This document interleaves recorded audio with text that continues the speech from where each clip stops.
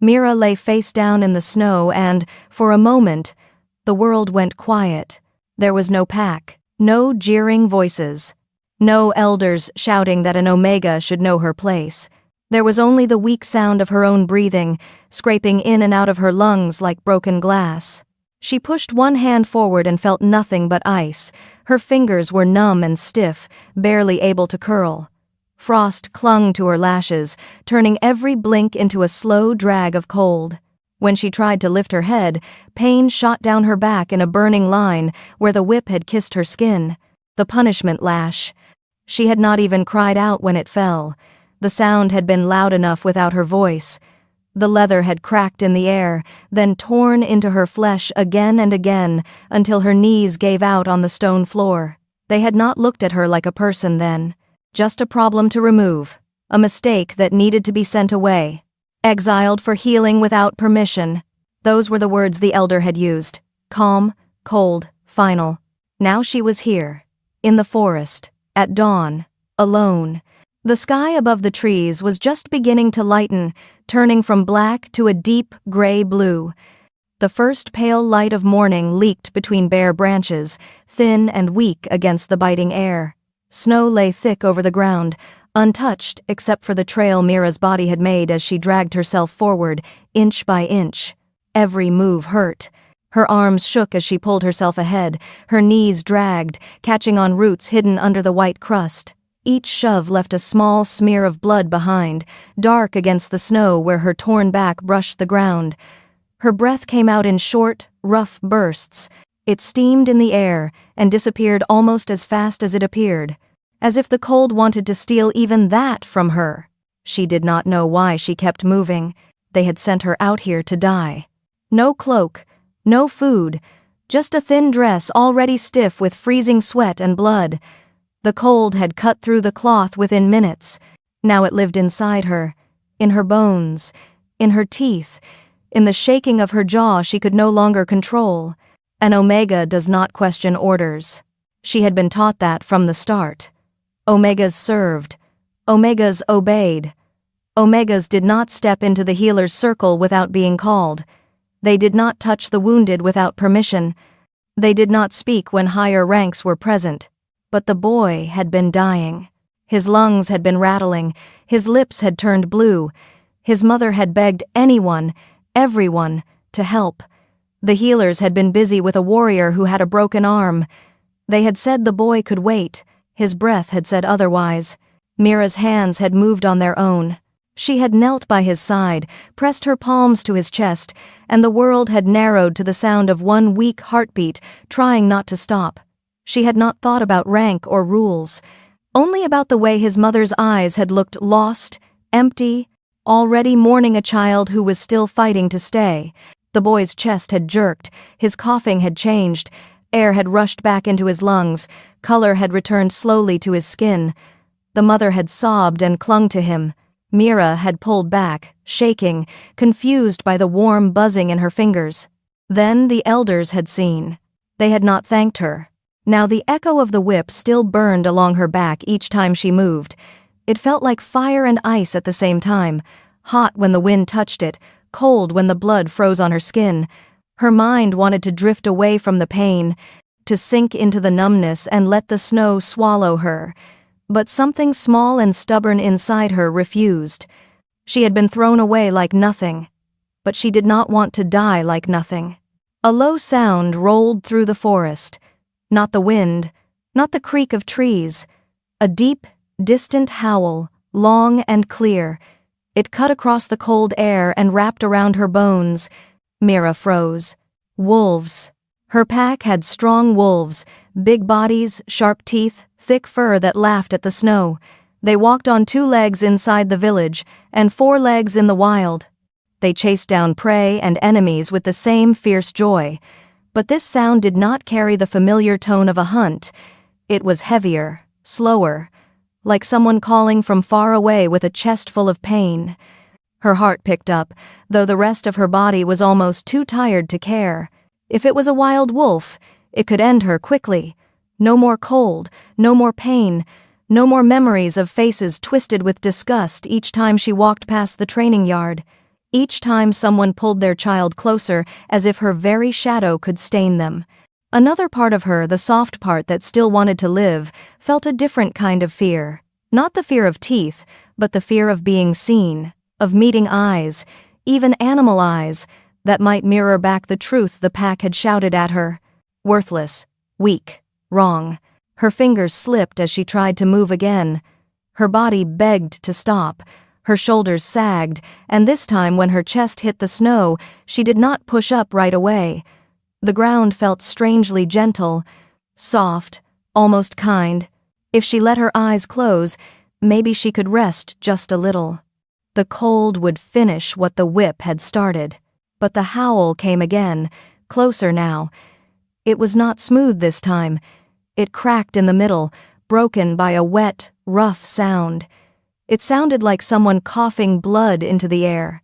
The noise slid under her skin and pressed against the part of her that had knelt beside the dying boy. Someone was hurt. That thought pulled her head up.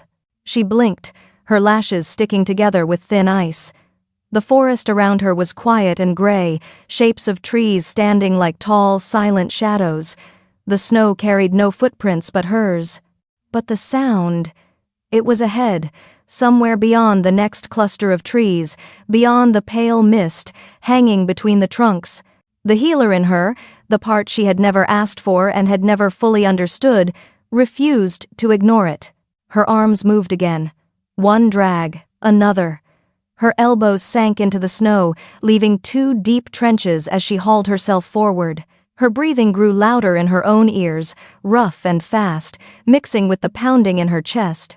Her hair, long and dark, stuck to her face in frozen strands where tears and sweat had dried.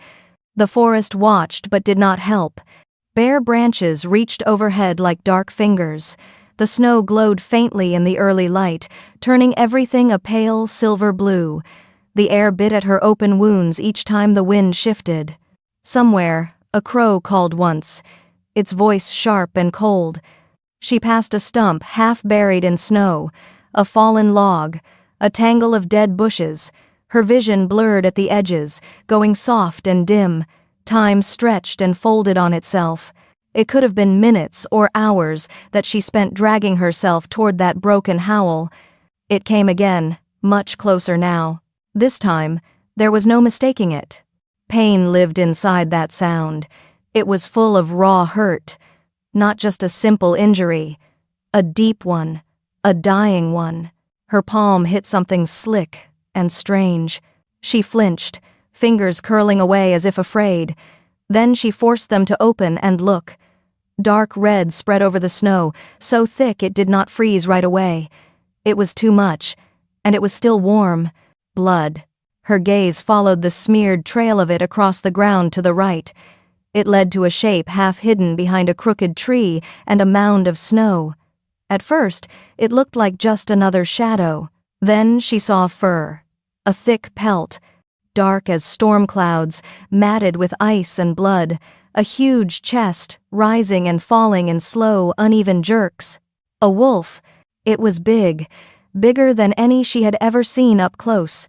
Even sprawled on its side, it filled the space between the trees like a fallen boulder. Its paws were as large as her hands. Its muzzle lay in the snow, nostrils barely moving. Frost clung to the tips of its ears and the long fur around its neck.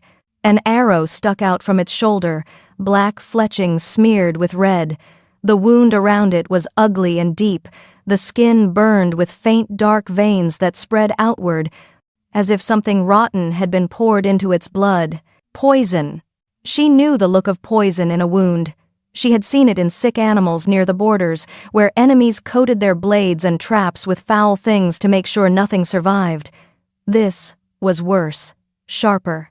This poison wanted to kill fast. The wolf gave a sound that was almost not a sound at all, just a low groan deep in its chest. Its eyes were closed. Its breathing stuttered. Mira's first instinct was fear. A wolf with teeth like that, even half dead, could end her in a second. One snap of its jaw, one swipe of those claws. Her second instinct, the one that always spoke louder, was something else. It was the memory of the boy's small hand clutching her sleeve when air finally came back. It was the way the mother had sobbed into her child's hair. It was the way life felt when it reached up weakly and asked her not to walk away. Her body moved before her thoughts caught up. She dragged herself closer, leaving fresh smears of blood and melting snow. Every inch near the wolf made her heart pound harder, but she did not stop. Her breath shivered in and out, her teeth chattered, her back burned. Still, her hands kept going. When she reached the wolf's side, the size of it stole what little air she had left. Up close, it was even larger. Its fur was thick and coarse, striped with faint touches of silver that caught the early light. Its ribs rose and fell in a slow climb, each breath sounding like it had to fight to make it halfway. She placed her hand just above its nose. Warmth touched her skin. Faint, but there. The wolf was alive. Barely. Her fingers trembled as she slid her hand down to its chest, feeling for the beat beneath the fur. It took time to find. For a moment she thought it had stopped. Then, there it was. One single heavy thump, followed by a long pause, then another. Too slow. Too weak. The poison had spread far. She could see it in the gray shade of the gums, in the way the veins near the wound looked dark and wrong, in the sharp metal smell that mixed with the blood. She should turn away. She was freezing. She was bleeding. She was an exile with no future. Healing this wolf would not change any of that. It would not bring her back home. It would not make the elders call her by name again, instead of just Omega. But when she tried to pull her hand back, she could not. That small, stubborn part of her would not let go. She had been told over and over that her touch was nothing, that it was weak, that she did not have the right to place her hands over wounds like real healers did. But the boy had lived. His chest had lifted. His eyes had opened. And something had answered in her palms, something warm and bright that no one else had felt. Now, with this wolf dying under her hand, that same strange warmth stirred again. Very faint, very unsure, like a spark trying to catch in wet wood. Her fingers dug into the wolf's fur. She closed her eyes, not in prayer, not in any formal way she had been taught. She simply held on, to the feel of the slow heartbeat, to the sound of the wolf's breath, to the thin line between life and death that she had touched once before. The forest hushed around them. The wind slowed. The crow went quiet. Even the trees seemed to lean back, waiting. Mira's body was shaking so hard it hurt, but inside the shaking there was a steady point, small and still. She focused on that point, on the warmth that had nowhere to go yet, on the ache in her chest that did not want to see another living thing stop moving today. Something inside her stepped forward. It did not feel like a grand storm. It was more like a door opening a crack, a soft light slipping through. It ran down her arms, gentle at first, then stronger, like warm water after a lifetime of cold. Her eyes, closed tight a moment ago, flickered. Under the lids, a glow started, soft and golden. It lit the thin skin there, turning her dark lashes into shadows across her cheeks. The cold seemed to pull back a little from her fingers, from her wrists, from the space where her palm pressed into the wolf's fur. The wolf's chest jerked. Its next breath came faster. Then another. The long gaps between heartbeats shortened. One beat. Then another. Closer this time. The dark veins around the wound seemed to ease, their sharp lines blurring. The poison hissed in the blood, like something angry being pushed back. Mira did not fully understand what was happening. She only knew she could not stop. The light grew brighter behind her eyes, as if it had been trapped there for years and was finally finding a way out. It filled her chest, her stomach, her spine.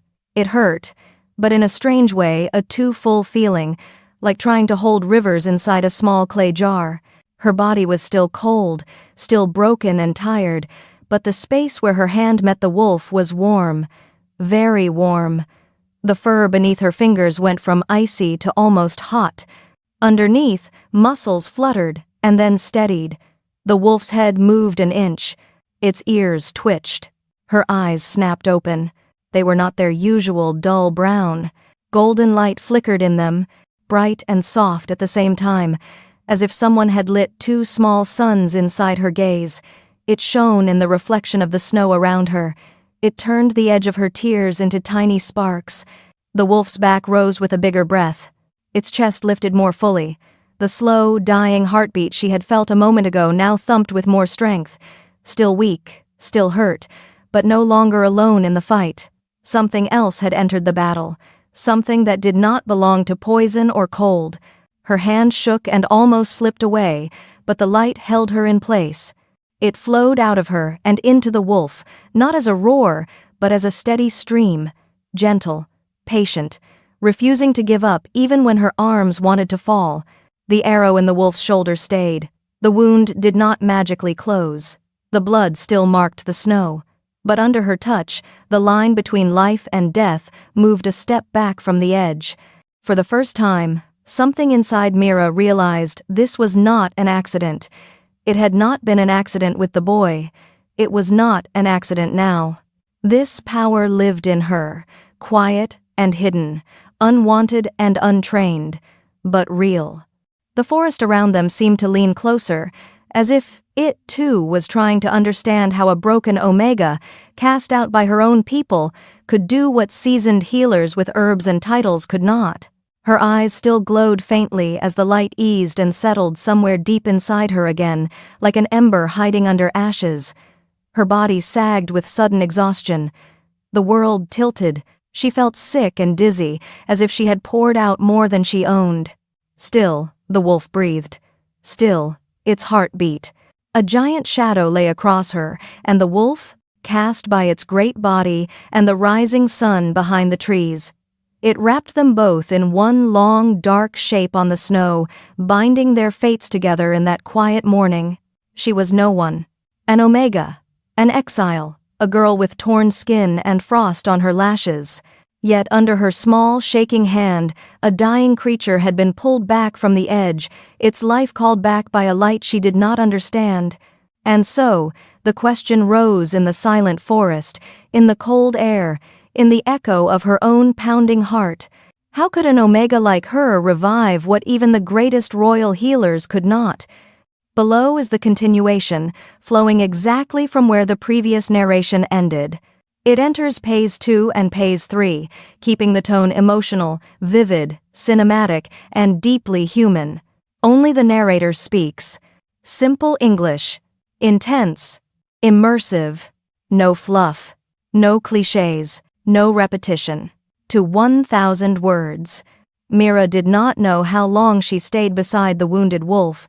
Her hand still rested against its warm fur, even though her fingers had gone numb again.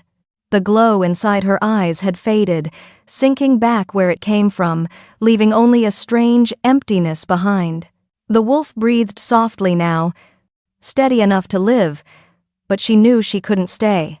The forest would swallow her, the cold would finish her, and the pack would not let her disappear so easily. She tried to pull her hand away, but her body wavered. The world swam in front of her. She forced her knees under herself, pushed upward, and felt a wave of dizziness crash over her. The wolf did not move. It only exhaled, slow and deep. Alive. Because of her. She managed one step, then another. Her legs shook, her skin stung where the wind touched her wounds. But she kept moving until the first distant voices reached her, the sharp, angry voices of men. Find her. She can't have gone far. Her heart collapsed in on itself. They had come for her. Before she had time to hide, shadows appeared between the trees. Strong hands grabbed her arms, yanking her upright. Her feet barely found the ground. There you are, Omega filth. They didn't notice the wolf behind her. They didn't care what she had done. They only saw a girl who had stepped out of her place. One guard grabbed her chin and forced her face up to look at him. His breath reeked of bitterness. Punishment wasn't enough for you, was it? You had to run. Mira tried to speak, but her throat burned too much to make sound. Snowflakes landed on her cracked lips and melted instantly. No one saw the trembling in her hands or the way her eyes still held a faint gold deep inside. They dragged her back through the forest. Her feet kept catching on roots, on rocks, on her own numb toes. Every time she fell, they jerked her upright again. By the time they reached the clearing, morning light had grown stronger, turning the village roofs into pale silver shapes in the distance. The pack grounds were already awake. Training boys barked commands at each other, women hung laundry, warriors sharpened blades, and when they saw Mira being pulled in by the guards, everything stopped. Faces hardened. Whispers spread faster than the cold. That's her. The disobedient Omega. She pretended she could heal. Can you imagine?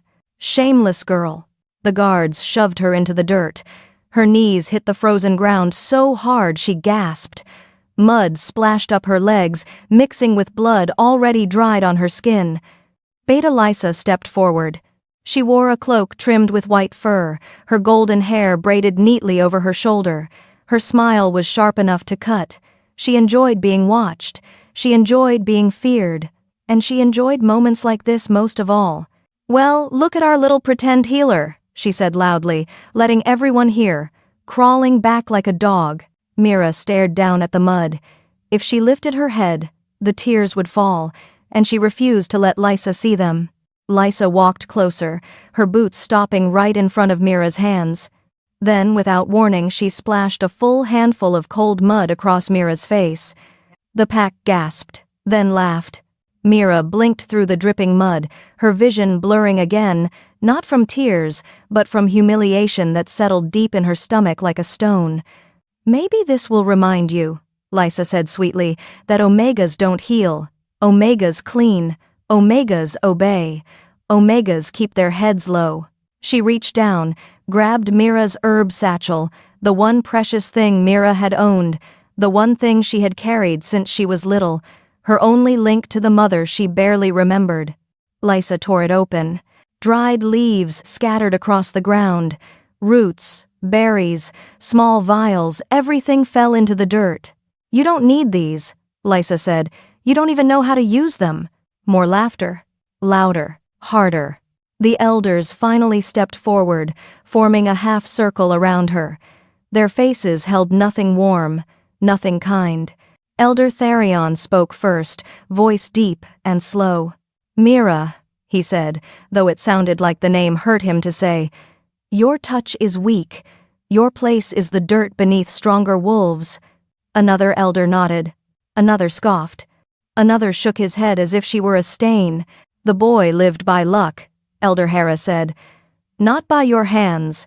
Do not think yourself special." But she remembered the glow. She remembered the spark inside her. She remembered the heartbeat that returned. They didn't. One of the training boys pointed at her and laughed. "Look at her hands!" he shouted. "Hollow hands! They heal nothing!" "Hollow-handed healer," another echoed. The insult spread like fire. "Hollow-handed! Hollow-handed!" She felt like shrinking into the earth itself. But she stayed still, because if she moved, she might break in half. An elder made the final decision. "Mira," he declared, "you will spend the next moon cleaning the kennels. That is where an Omega with foolish dreams belongs." She did not argue. She didn't trust her voice not to betray her. The crowd began to move again, satisfied with the show. The guards let her go. She sat in the mud for a long moment, blood running slowly down her side, pain humming along her spine where the lash marks stretched. No one offered a hand. No one asked if she was hurt. No one asked why she had run. No one cared. She healed someone, and was punished for it. But before she could gather her scattered herbs or even stand fully, a sound ripped through the village. The war horn. A deep, trembling note that shook the ground beneath her knees. Conversations stopped, warriors straightened, children froze, even the wind seemed to pause. Every heartbeat in the pack held still. A messenger ran toward the elders, breathless, face pale. "The Alpha King!" he shouted. "He fell, he's unconscious, poisoned." Gasps. Shock. Fear. Royal healers rushed into the main hall. Warriors followed. The elders swept in. urgency replacing their cold calm. Mira remained forgotten on the ground until two guards grabbed her again. "You!" one snapped. "Move!" Before she could ask why, they hauled her across the grounds. She stumbled as they pushed her into the Alpha King's chamber. Gold banners hung overhead, torches burned along the walls, and in the center of the room lay a man on a stone bed. King Kalen, the mightiest wolf in the lands. His chest barely moved, his lips were gray, his skin looked drained, as if life itself was escaping him. His armor was cracked from the demon wolf's strike. Every healer in the room worked desperately, pressing herbs, chanting old words, pouring potions into his mouth. Nothing worked. His heartbeat slowed each moment, slipping away. The Queen Mother stepped forward, face tight with fear. "If there is any healer left," she said, her voice trembling, "no matter how young, no matter how low their rank, try." All eyes turned, and the guards shoved Mira forward. Whispers rose like a swarm of bees. "Her? The exile? She can't heal a scratch." The Queen Mother hesitated, but pain pushed her voice. "Let her try." Mira's hands shook. They were still stained with mud, scratched from the forest, trembling from cold and fear. She stood before a dying king, surrounded by people who hated her, mocked her, wanted her gone. She had no strength left, but she remembered the wolf in the forest. The spark, the warmth, the impossible heartbeat. Slowly, she lifted her palms. She touched his chest. The world held its breath. A glow flickered under her skin, faint as a candle flame. Then, brighter, stronger. A rushing warmth spread through her arms, across her hands, into his still body. Golden light spilled out of her palms. Gasps filled the chamber. Healers stumbled back. The Queen Mother covered her mouth. Kalen's body jerked. His lungs filled sharply like someone dragging air back from the dead. His hand shot upward with sudden force, fingers clamping around Mira's wrist. His eyes opened. Deep, dark, burning. And they locked on hers with something she did not understand, something fierce, confused, and unbearably possessive. Silence swallowed the room. The king lived. Because of the Omega, they tried to destroy. Kalen's fingers stayed locked around Mira's wrist.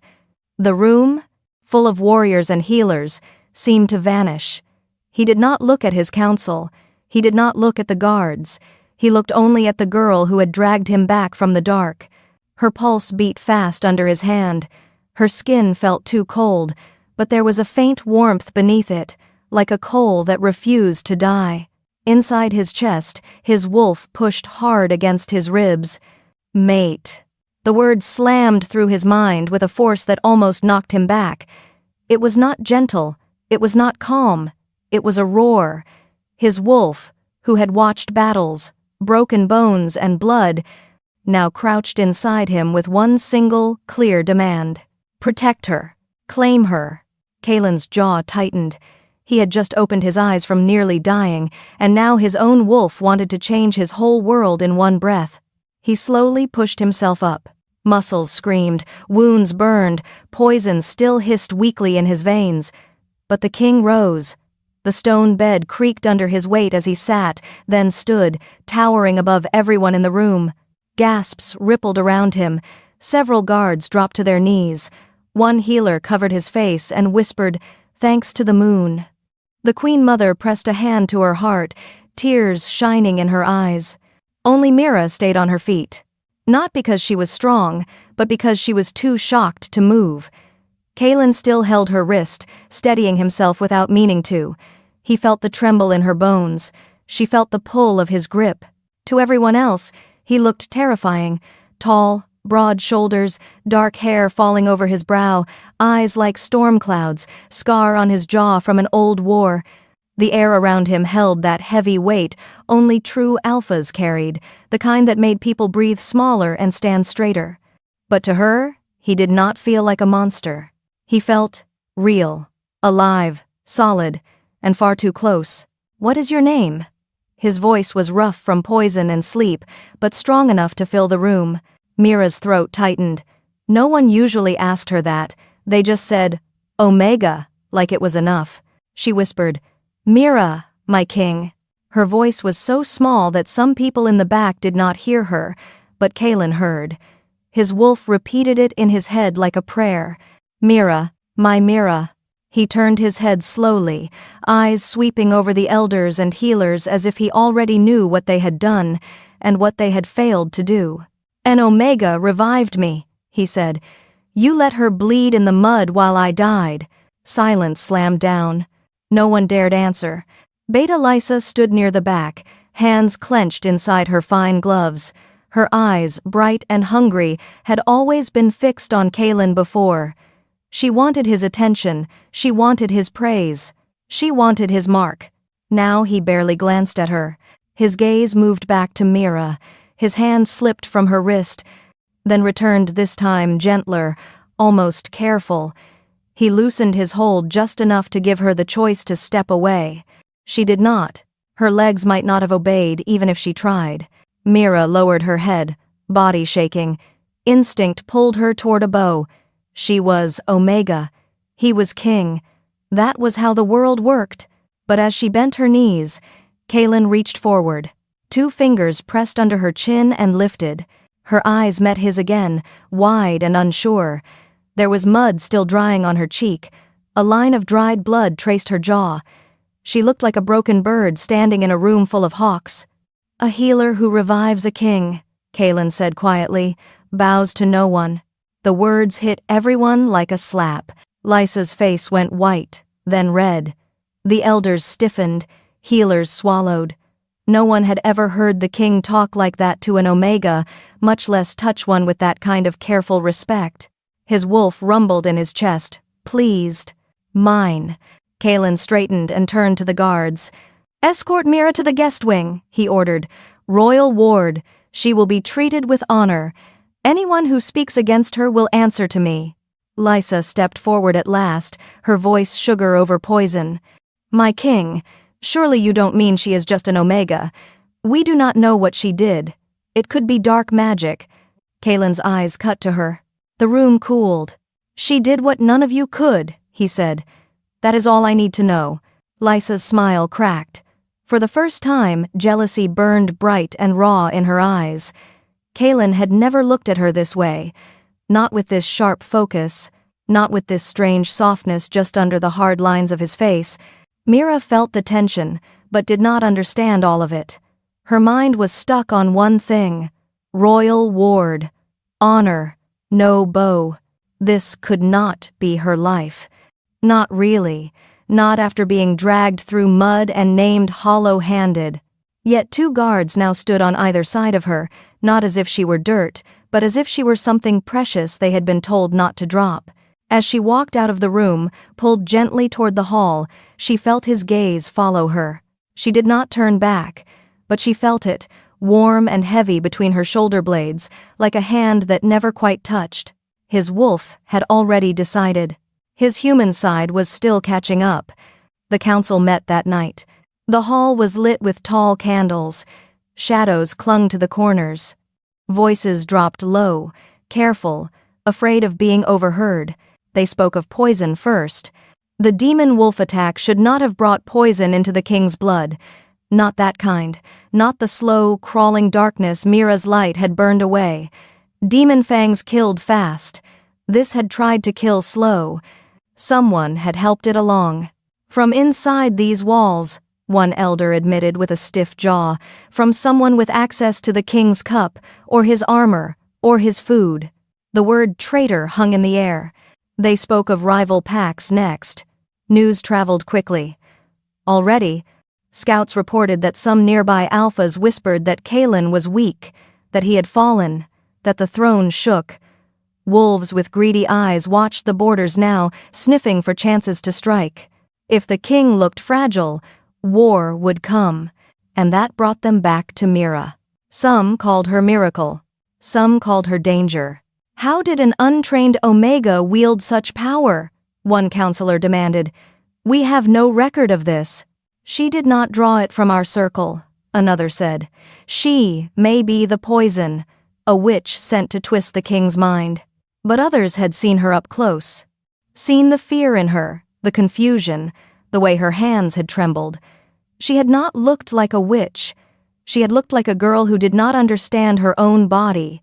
"The light in her hands," one healer whispered. "It burned the dark veins out of his blood."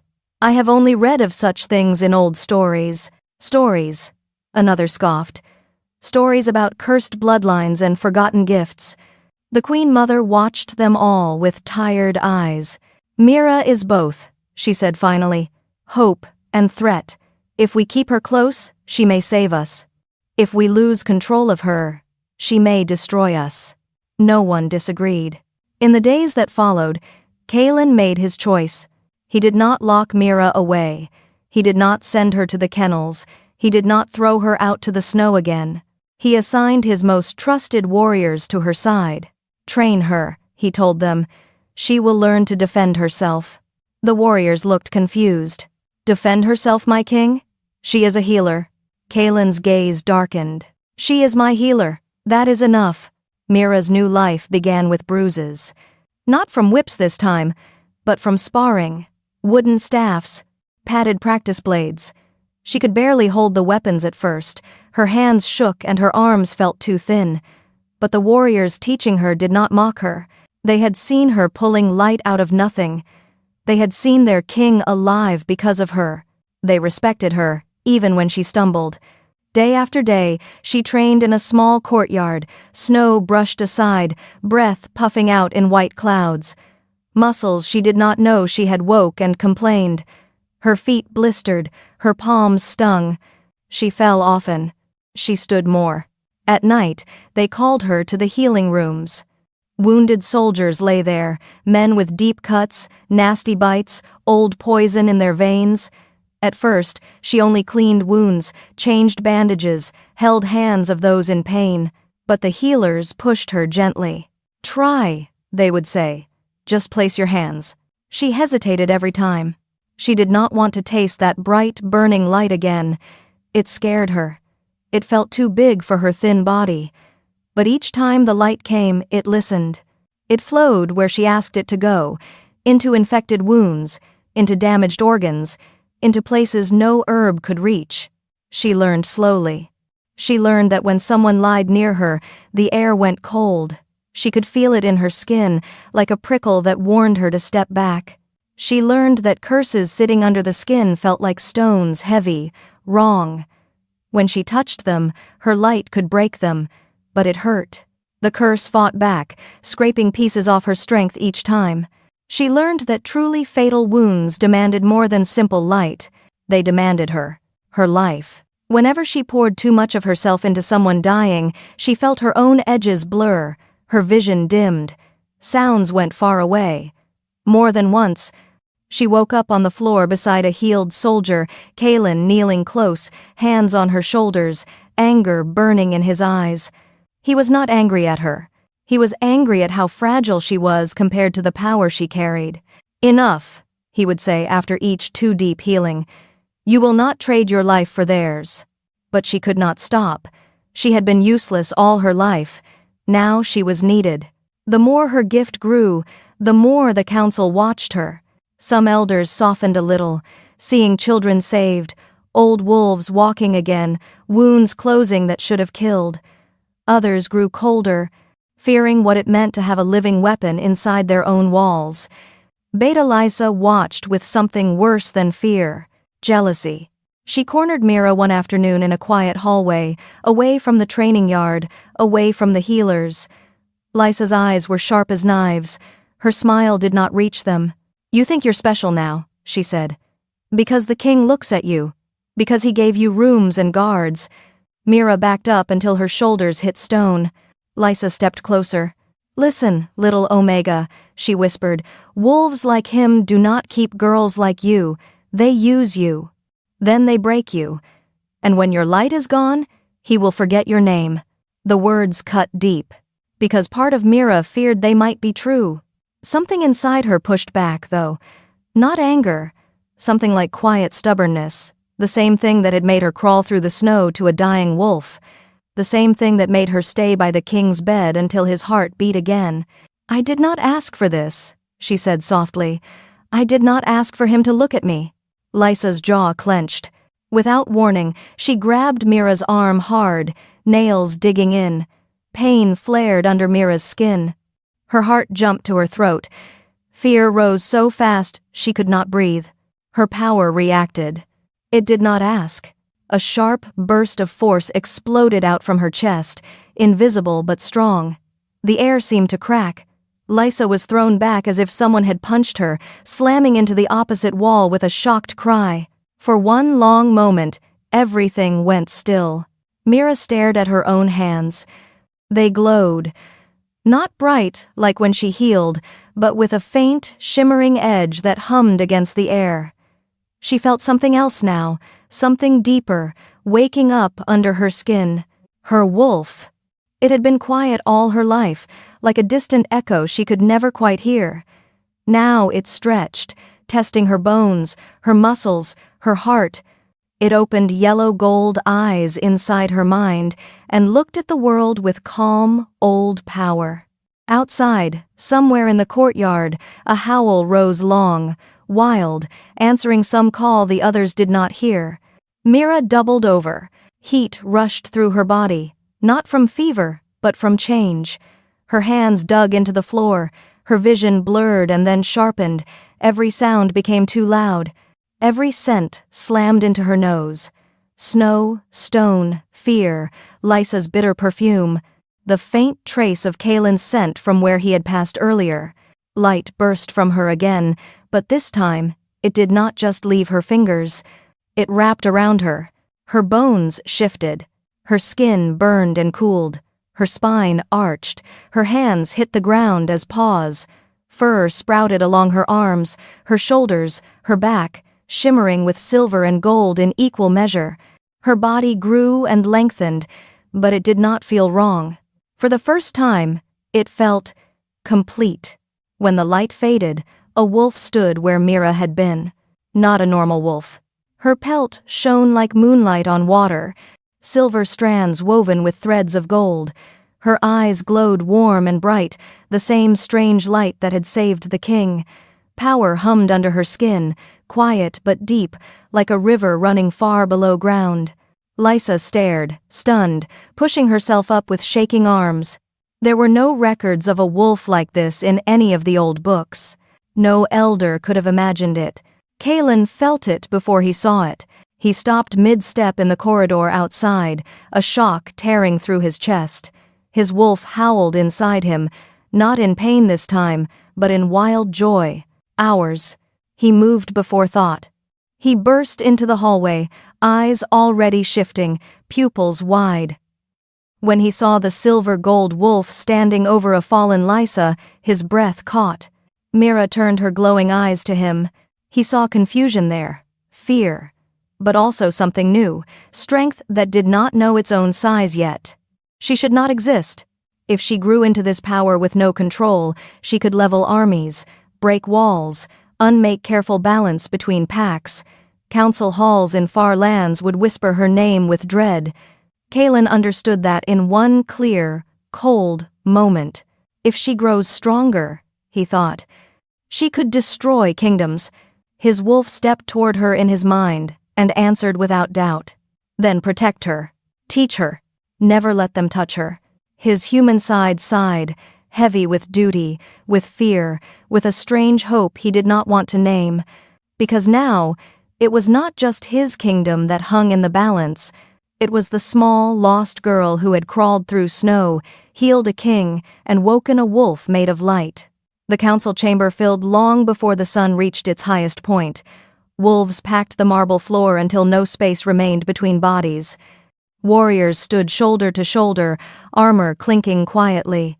Elders lined the raised platform at the front, their faces twisted with tight control. The air felt heavy, thick enough to choke, and deep beneath that weight moved something colder fear. Not fear of danger outside, fear of the girl standing alone at the center. Mira kept her hands clasped in front of her, wrists shaking. Her breathing was small, trapped somewhere high in her chest. The hall lights flickered across the polished stone, making her shadow stretch long behind her. She looked tiny under the carved wolf statues. tiny under the council's hateful eyes. The first elder stepped forward. His voice rang sharp, bouncing off the walls. "This Omega is dangerous. Her magic is not of our kind.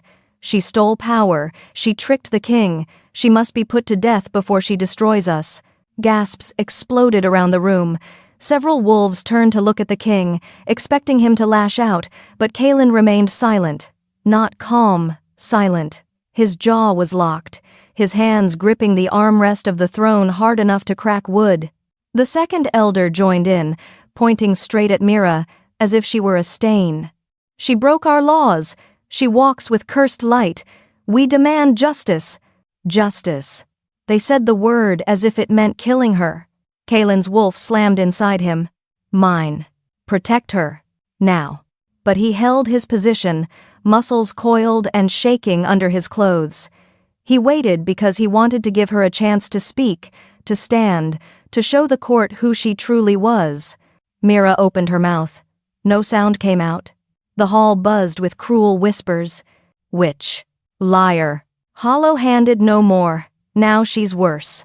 A third elder stepped forward, eyes dark with something Mira couldn't read. His hand rose slowly. Something black formed in his palm, thick smoke twisting like a living thing. Forbidden magic. Before Kaelin could move, before anyone understood, the elder hurled it at Mira. It struck her chest with a sound like a crack of lightning. She stumbled backward. Her hands flew up, grabbing at the air. Her back hit the stone floor hard. The magic burned through her ribs, freezing and stabbing at the same time, crawling under her skin like living ice. Kaelin roared. The sound shook the air, rattling torches along the wall. His body ripped forward as he shifted mid-run, bones snapping and reshaping as his wolf exploded from his human form, huge, black, furious. He barreled toward Mira, ready to shield her with teeth and body. But she pushed herself up. Her legs trembled, her breath dragged like broken glass. The black magic crawled across her skin like cracks spreading in a mirror. Then her light answered. It burst from her chest in a sudden, blinding wave, gold so bright it swallowed the blackness trying to choke her. It rose higher, filling the hall, washing over every wall, every stone, every warrior. The elders cried out, shielding their eyes. Kaelin skidded to a halt beside her, stunned. The golden wave kept spreading. It touched wounded warriors' healing cuts. It touched old wolves loosening stiff joints.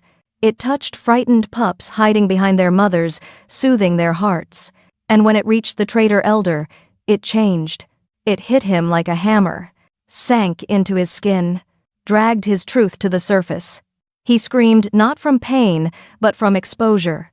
His bones bent unwillingly, his wolf form ripped out of him in a violent, uncontrolled shift. Not noble, not strong, twisted, sick. Marked with the same dark magic he had thrown at Mira. His fur glistened with streaks of black rot, proof of the poison he had given the king. The court fell silent. Everyone stared at him. It was no longer Mira on trial. It was him. He trembled. His legs buckled. And then because the light in Mira's eyes still held him, he knelt. His head dropped low to the ground, his body shaking. The hall followed. One warrior bowed. Then another. Then the entire right side of the chamber. Soon, every wolf knelt slowly, breathlessly, until the only ones still standing were Mira, glowing softly, and Kaelin's massive wolf, pressed close at her side. Even the High Council lowered themselves to their knees. Kaelin shifted back into human form without looking away from her. His chest rose and fell in deep, heavy breaths. His voice, when it came, rolled through the hall like thunder. This Omega healer is the kingdom's savior. Touch her. He stepped forward, eyes locked on every elder. And you answer to me. No one moved. No one dared. The mate pull began quietly. It wasn't loud. It wasn't dramatic. It was a slow ache, an ache that lived beneath Kaelin's ribs whenever Mira walked into a room. He tried to ignore it, tried to bury it under duty and honor, but every night, the pull grew stronger, tugging at him until he found himself outside her chamber door, leaning against the wall, listening for her breathing. He told the guards it was strategy. He told the Queen Mother it was caution. He told himself it was protection. But it was none of those things. His wolf whispered the truth every time he closed his eyes. Mate. She needs you. Mira felt it too, though she did not understand it. When she saw Kaelin, her heart tripped over itself. When he stood close, her skin warmed. When he touched her wrist to check her pulse after a draining healing, her breath caught, and she looked away quickly, cheeks warm. She thought it was impossible. She thought he didn't feel it. She didn't know he fought it every second. One evening, she collapsed after healing a soldier whose lungs had been crushed in battle. Her knees hit the floor before she even understood she was falling. Kaelin was there before anyone else. He scooped her into his arms, cradling her against his chest, as if she weighed nothing. His voice shook when he spoke. "Don't you dare leave me." Her eyes fluttered. Her fingers brushed his collarbone. Their faces moved too close. His breath touched her cheek. His lips hovered just above hers. And then, "Your Majesty." A guard burst through the door. "War news. The enemy marches." Kaelin's jaw clenched so hard the muscles trembled. He set Mira gently on the bed, rage and longing cutting across his face in equal measure. The moment shattered. Duty called. The final war came with a sky full of black smoke. A dark magic army approached, the ground trembling under their steps. Wolves twisted by poison stormed the fields. Shadows crawled across the snow, alive and hungry. Kaelin met them head-on. His wolf tore through enemies with raw fury, fighting not just for his kingdom but for the girl who carried too much light for her small body. Mira followed him onto the battlefield. Her wolf glowed like the rising sun's silver gold, bright enough to blind. She healed as she fought, each burst of light pushing back death itself. Then the enemy unleashed the curse. A spear of dark energy aimed straight at Kaelin's heart. Mira didn't think. She didn't plan. She jumped between the curse and the king. It hit her full force. Her wolf howled as the curse ripped through her, tearing at her bones, dragging her toward death. Kaelin roared her name, but she was already falling. She reached deep, deeper than ever before. She found the last spark inside her, small, shaking, but still alive. She let it explode. The healer's nova burst across the battlefield in a blinding wave of gold, swallowing darkness, tearing rot from the earth, burning the sky clean. When the light faded, the enemy was gone. Kaelin found her lying still in the snow. He dropped to his knees and gathered her into his arms, voice breaking as he whispered her name again and again. Mira awakened in his bed days later. Kaelin sat beside her, eyes red, refusing to move even for sleep. When she opened her eyes, he exhaled a sound that was half relief, half broken prayer. The kingdom celebrated her. They called her the Dawn Healer, the girl who brought light back to the land, the Omega who saved a king. Even her old bullies knelt when she passed, trembling now, unable to meet her gaze. Kaelin took her hand and led her to the throne room. His voice shook, but his eyes did not. "My Luna, my healer, my heart." He placed the crown upon her head, not heavy but warm, touched with gold that glowed faintly against her hair. Beside him stood his massive black wolf. Beside her stood her silver gold one. Two shadows, two lights, two hearts, united. If you enjoyed this story, don't forget to like, subscribe, and tell us in the comments where you're watching from.